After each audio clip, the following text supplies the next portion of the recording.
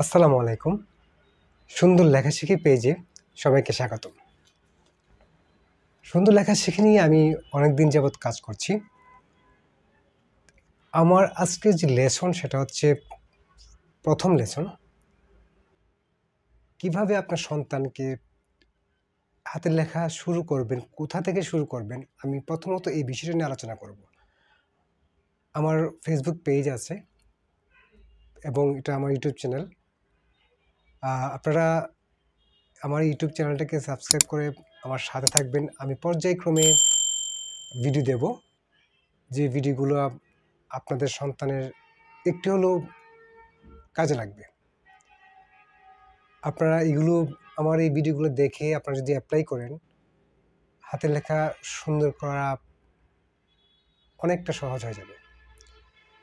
So আমি কথা না বাড়িয়ে আমি আপনাদেরকে দেখাচ্ছি। আমি প্রথমত আলোচনা করব যেটা হচ্ছে আপনাদের সন্তানদেরকে কোন বয়স থেকে কখন কোন অবস্থায় লেখা শুরু করতে হবে, কোন লেখা দিয়ে শুরু করতে হবে, সেই বিষয়টা আলোচনা করব। তাহলে চলুন শুরু করি। বয়স অনুযায়ী হাতের লেখা। আমরা অনেক সময় চিন্তিত হয়ে পড়ি যে অনেক ছোট থাকতেই আমরা চিন্তা করি যে আমার সন্তানকে প্রথমেই আমরা লেখা ধরে দিই। আসলে তার বয়স কত, তার বয়স অনুযায়ী সে কোথায় থেকে লিখবে, কোথা থেকে শুরু করবে, সেই বিষয়গুলো আমরা অনেক সময় ইগনোর করি। আমরা সরাসরি তাকে লেখা ধরিয়ে দিই। তো প্রথমত আমি যেটা বলবো, 1 থেকে 2 বছর, যেটা 1 থেকে 2 বছর,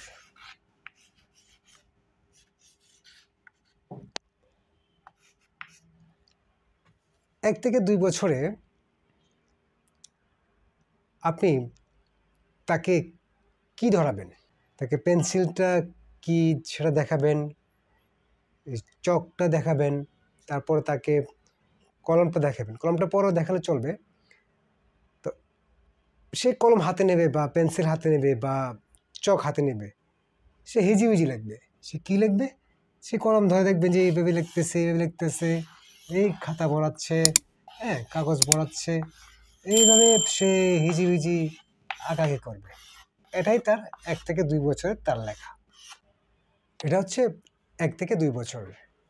এখন আমরা দেখব 2 থেকে 3 বছর। এটা আপনাদের জন্য অনেক সহজ হয়ে যাবে বিষয়টা। আপনারা ক্লিয়ারলি আপনার বাচ্চাদেরকে নিয়ে কাজ করতে পারবেন। সে 2 থেকে 3 বছর সে একটা টান দিয়ে লম্ব রেখা আঁকবে, ঠিক আছে? তারপরে একটা সমান রেখা আঁকবে, লম্বা লাইন আঁকবে, ঠিক আছে? তারপরে সে বৃত্ত আঁকা শিখবে, বৃত্ত আঁকবে। এইভাবেই সে আঁকা শিখবে। হিজিবিজি থেকে এই হিজিবিজি থেকে সে লাইন টানতে শিখবে, রাউন্ড এবং বৃত্ত টানতে শিখবে। এটা হচ্ছে 2 থেকে 3 বছরের বাচ্চা করবে। আর এটা আপনারা মা বাবা যারা আছেন, আপনাদের বাচ্চাদেরকে এটাই দেখাবেন, এইভাবেই দেখাবেন, ঠিক আছে? এখন আমরা আসবো 3 থেকে 4 বছর।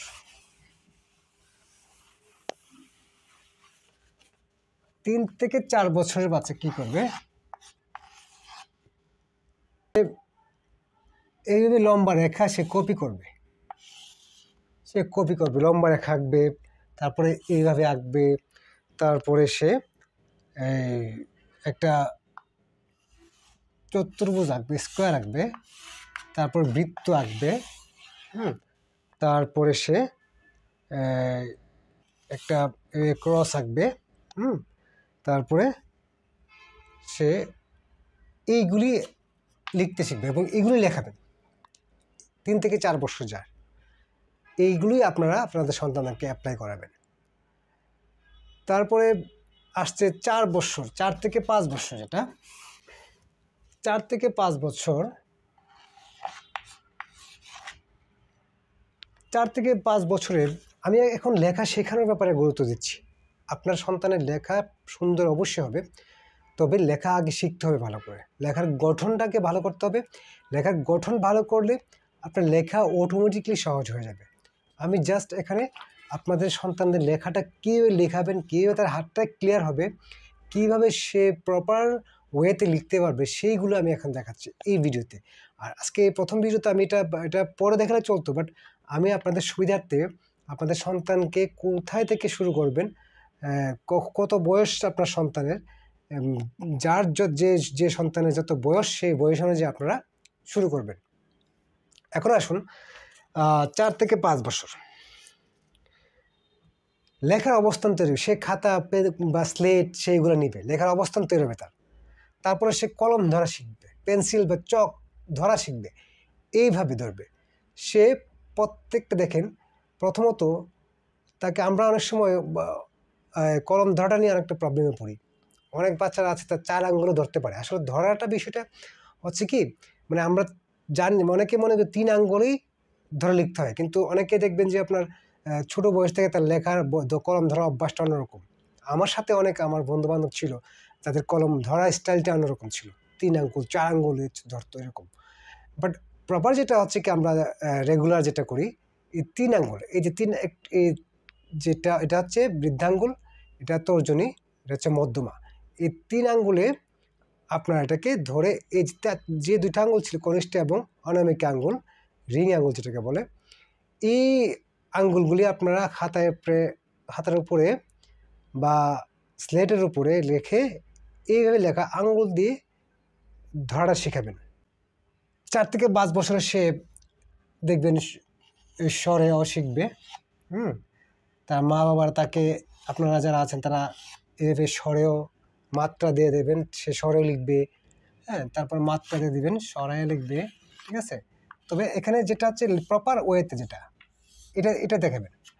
আমরা অনেক সময় স্বরেও অনেক বাচ্চারা দেখে আমি স্বরে লেখে, এই যে এইভাবে স্বরে লেখে, এইভাবে স্বরে লেখে, এইভাবে স্বরে লেখে, কিন্তু আসলে লেখার সিস্টেমটা আসলে ওরকমভাবে না, অনেকে লেখে এরকমভাবে। বাট এটাকে প্রপার যেটা আমরা যেভাবে লিখে আসছি, সবাই যেভাবে লিখে, প্রথমে আমরা একটা মাত্রা দিই, তারপরে এখান থেকে আমরা স্বরেও লিখি, তারপরে এই যে এখান থেকে টান, তারপরে উপর থেকে আমরা এই যে প্রপারতে লিখি। তাহলে আপনারা মা বাবা যারা আছেন তারা অবশ্যই তাকে এইভাবে লিখতে শেখাবেন, তাহলে সে প্রপার ওয়েতে শিখতে পারবে।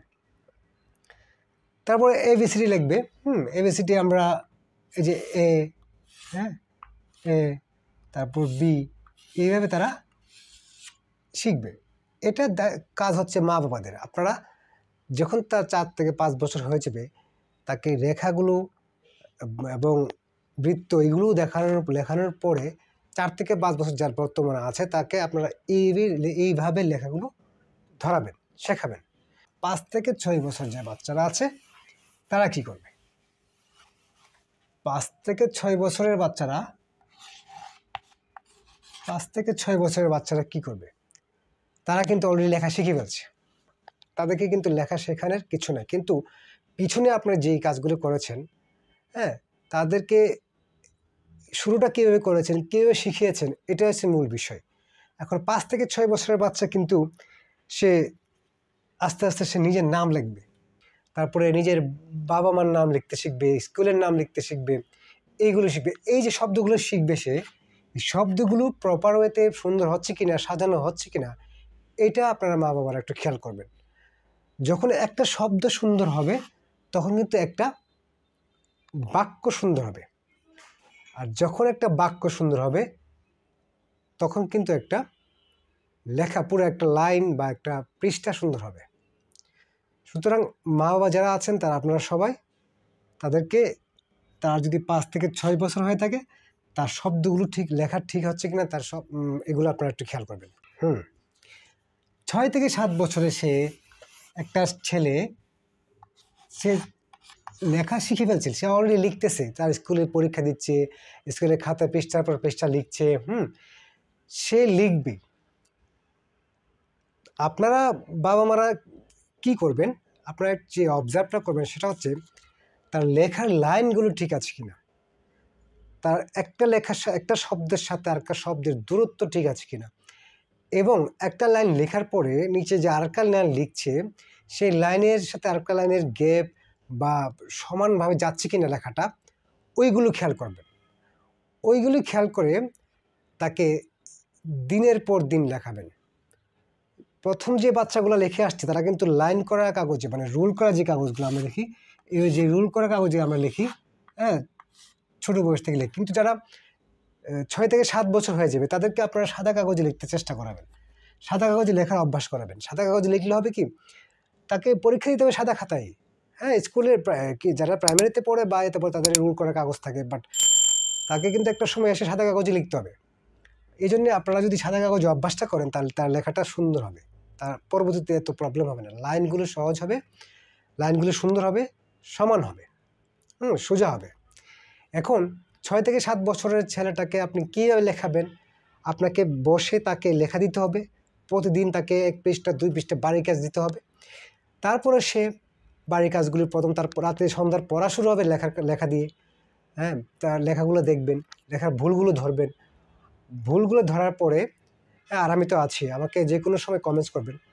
ভুলগুলো ধরার পরে ভুলগুলো ধরিয়ে দিবেন, সে ভুলগুলি আবার ঠিক করবে, পরবর্তী ক্লাসে তাকে আবার ঠিক করাবেন। এইভাবে যে সে যখন লেখাটা শিখে ফেলবে, লিখে ফেলবে, তখন তার লেখাটা অনেক সুন্দর হবে।